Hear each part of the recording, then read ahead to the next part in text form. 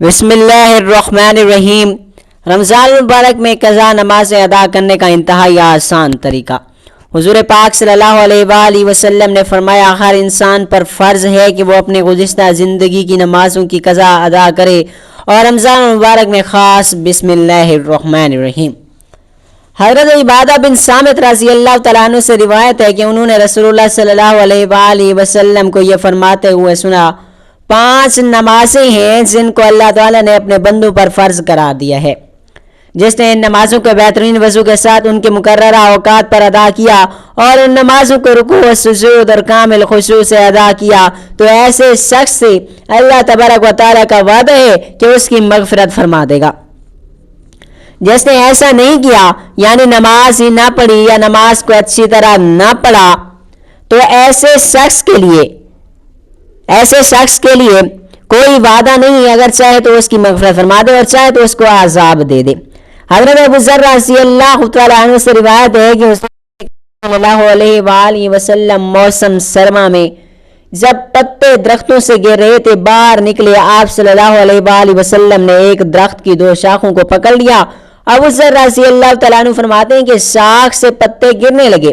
راوی کہتے ہیں کہ حضور پاک صلی اللہ علیہ وآلہ وسلم نے پکارا، اے ابو ذر، میں نے عرض کیا، لبیک یا رسول اللہ۔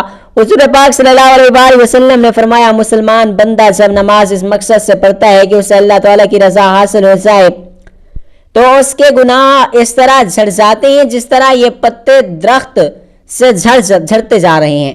نماز ادا کرنے کی اہمیت اور فضیلت کا اندازہ اس سے لگایا جا سکتا ہے کہ قرآن مجید میں تقریباً 70,000 مقامات پر نماز کا ذکر آیا ہے۔ درج حدیث مبارکہ میں نماز کی فضیلت بیان کی گئی ہے۔ بے شک جو لوگ ایمان لائے اور انہوں نے نیک اعمال کیے اور نماز قائم رکھی اور زکوٰۃ دیتے رہے، ان کے لیے ان کے رب کے پاس ان کا اثر ہے، اور ان پر آخرت میں نہ کوئی خوف ہوگا نہ وہ رنجیدہ ہوں گے۔ ناظرین کرام، آج آپ کے سامنے نماز سے متعلق بہت ہی معلومات آپ کے سامنے پیش کرنے جا رہے ہیں۔ محترم ناظرین، قضا نمازیں کیسے پڑھیں؟ یعنی اگر کسی کی بہت زیادہ نمازیں قضا ہو چکی ہوں تو اب وہ ان نمازوں کو پڑھنا چاہتا ہے، تو ان نمازوں کے پڑھنے کا آسان طریقہ کیا ہے؟ اسی مسئلے کو دھیان سے سننے کی ضرورت ہے۔ امید کرتے ہیں کہ یہ ویڈیو سن کر آپ کو بہت زیادہ فائدہ حاصل ہوگا۔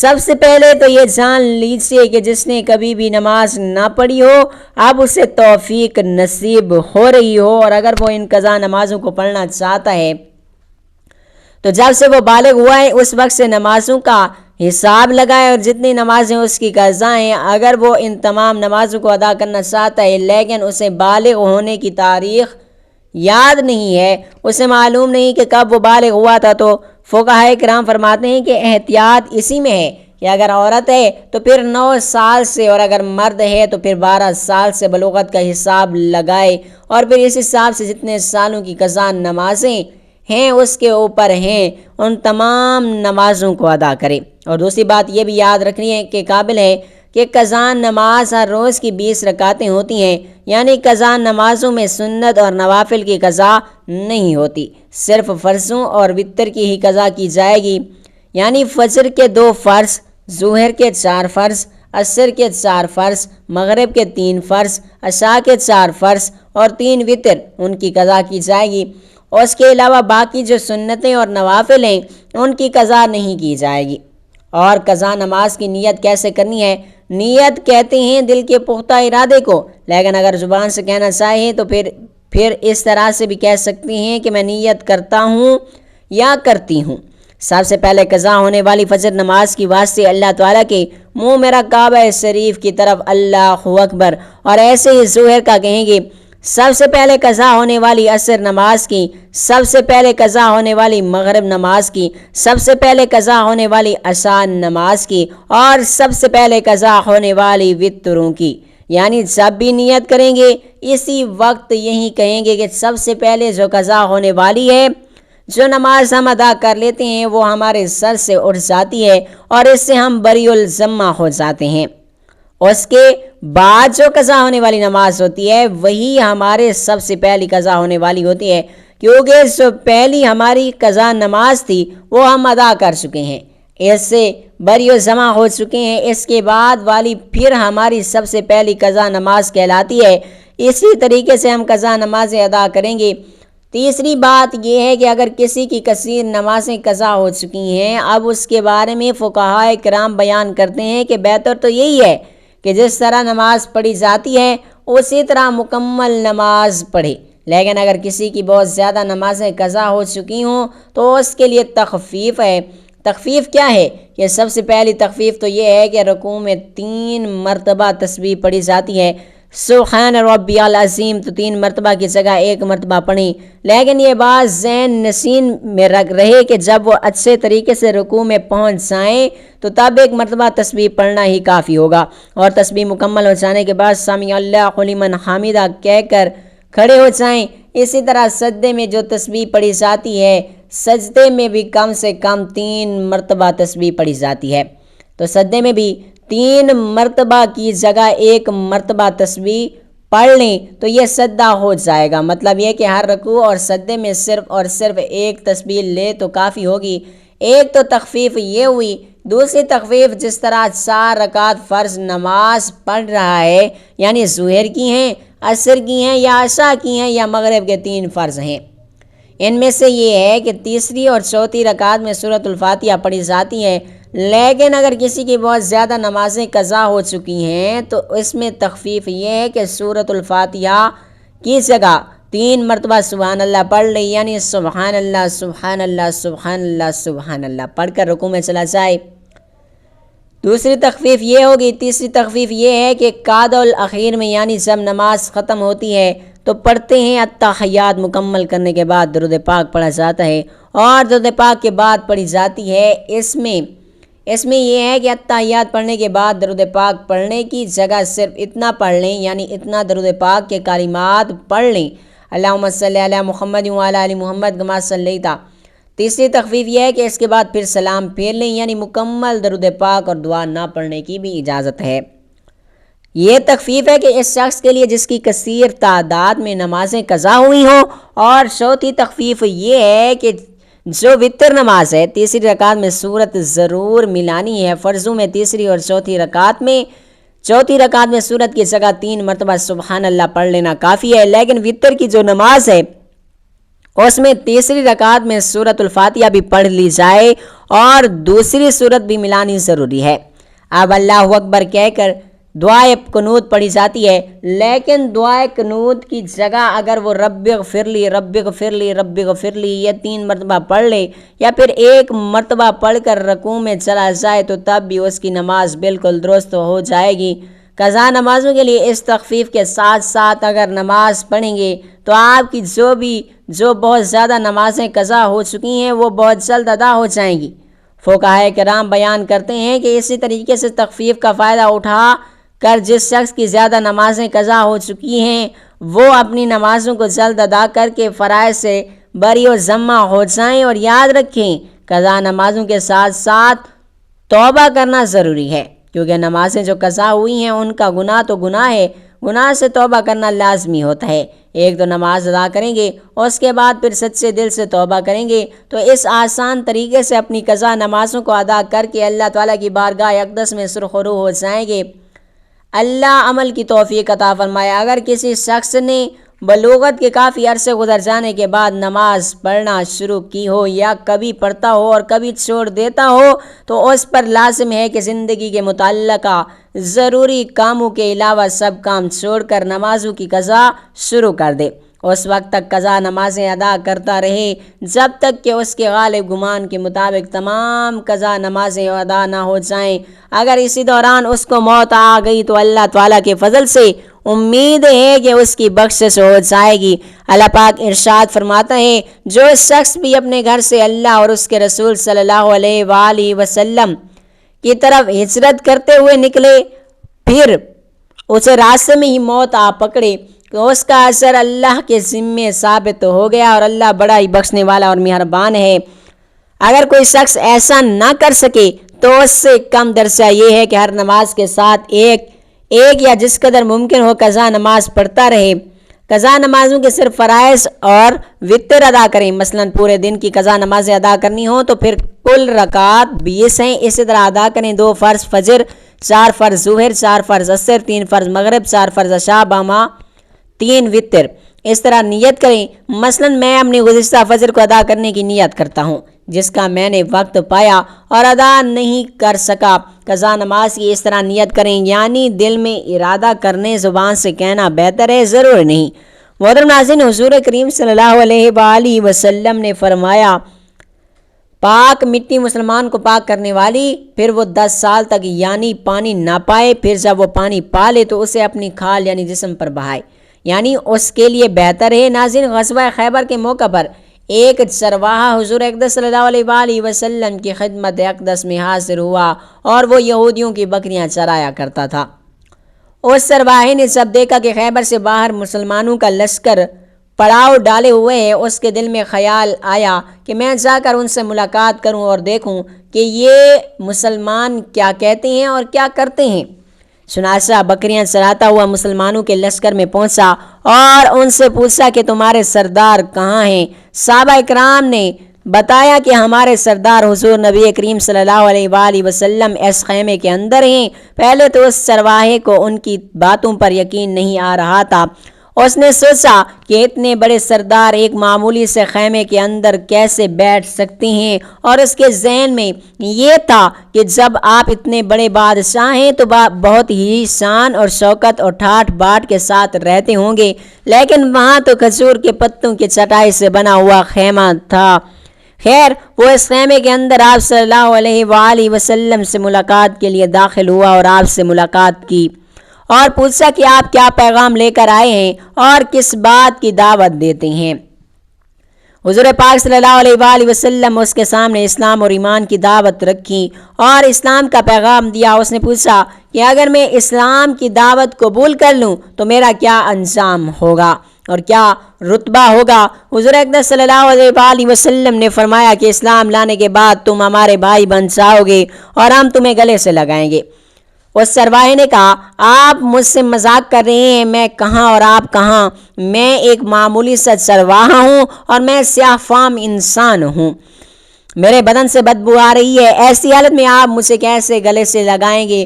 حضور اقدس صلی اللہ علیہ وآلہ وسلم نے فرمایا کہ ہم تمہیں ضرور گلے سے لگائیں گے اور تمہارے جسم کی سیاہی کو اللہ تعالیٰ تابانی سے بدل دیں گے اور اللہ تعالیٰ تمہارے جسم سے اٹھنے والی بدبو کو خوشبو سے بدل دیں گے۔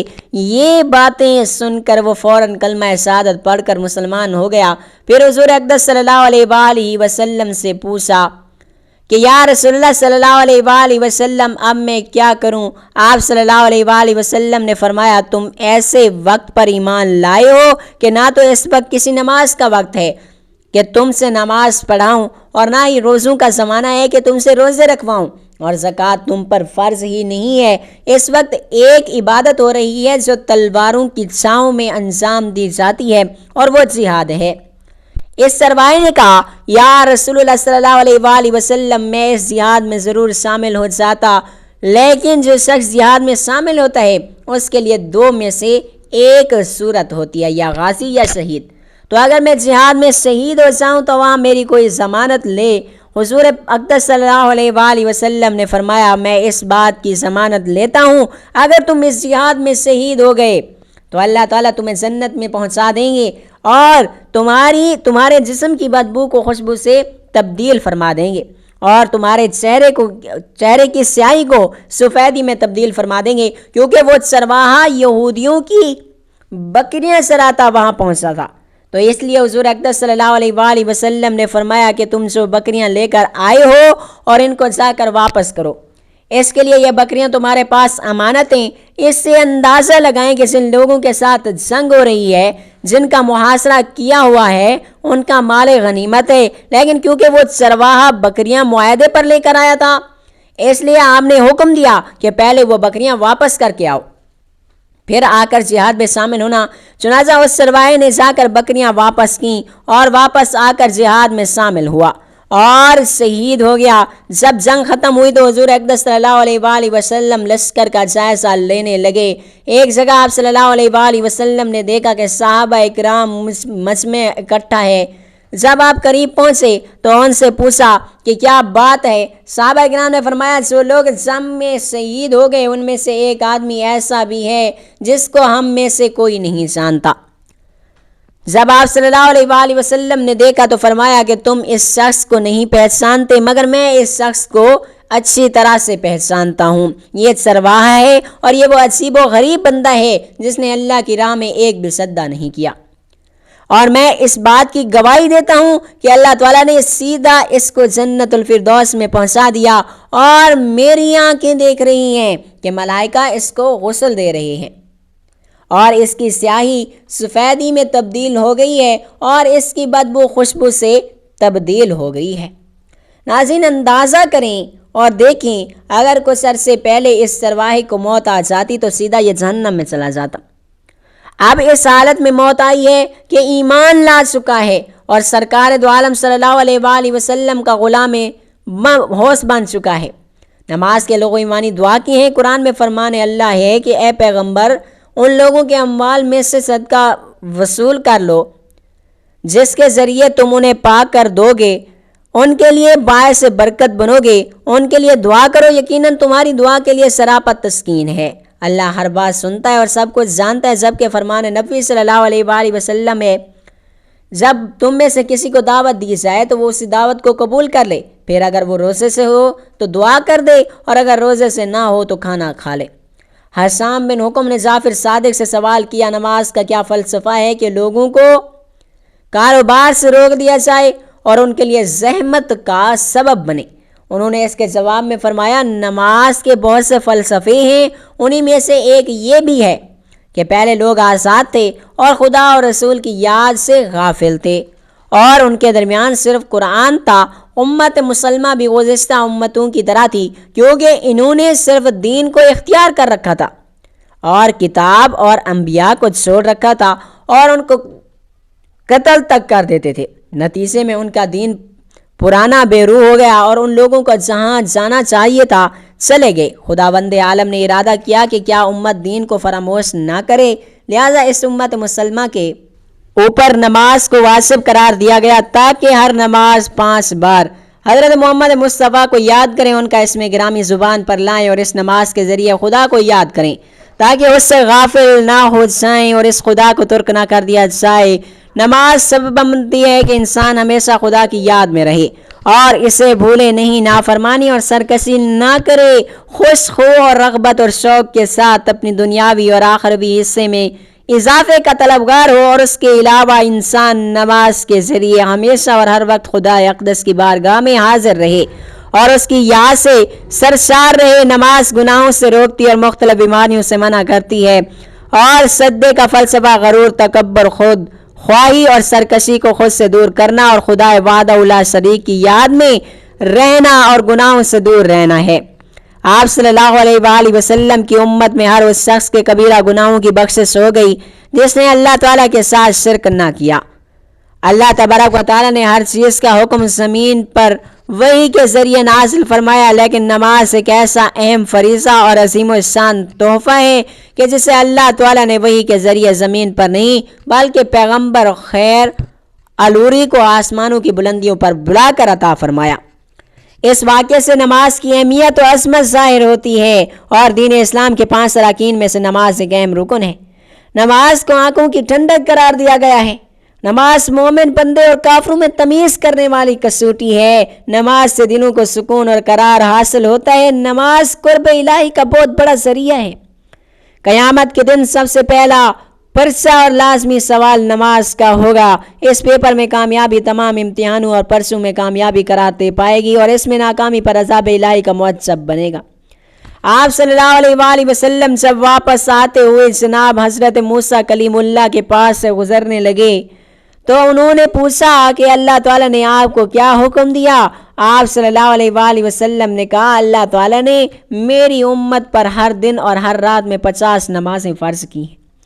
حضرت موسیٰ علیہ السلام نے کہا کہ آپ کی امت ہر دن رات میں 50 نمازیں پڑھنے کی طاقت و وسعت نہیں رکھتی، لہٰذا آپ رب تعالیٰ کے پاس جاؤ اور تخفیف کرا لو، کیونکہ میں نے بنی اسرائیل کو آزمایا ہے اور اس تجربے کی روشنی میں کہتا ہوں کہ آپ کی امت اس کی طاقت نہیں رکھتی۔ نبی پاک صلی اللہ علیہ وآلہ وسلم فرماتے ہیں کہ میں دوبارہ سدرۃ المنتہا کے پاس گیا اور اللہ تعالیٰ سے نمازیں کم کرنے کی درخواست کی، تو رب العالمین نے 5 نمازیں کم کر دیں۔ پھر حضرت موسیٰ علیہ السلام کے پاس سے گزرا تو انہوں نے کہا کہ یہ بھی زیادہ ہیں اور کم کرا لو۔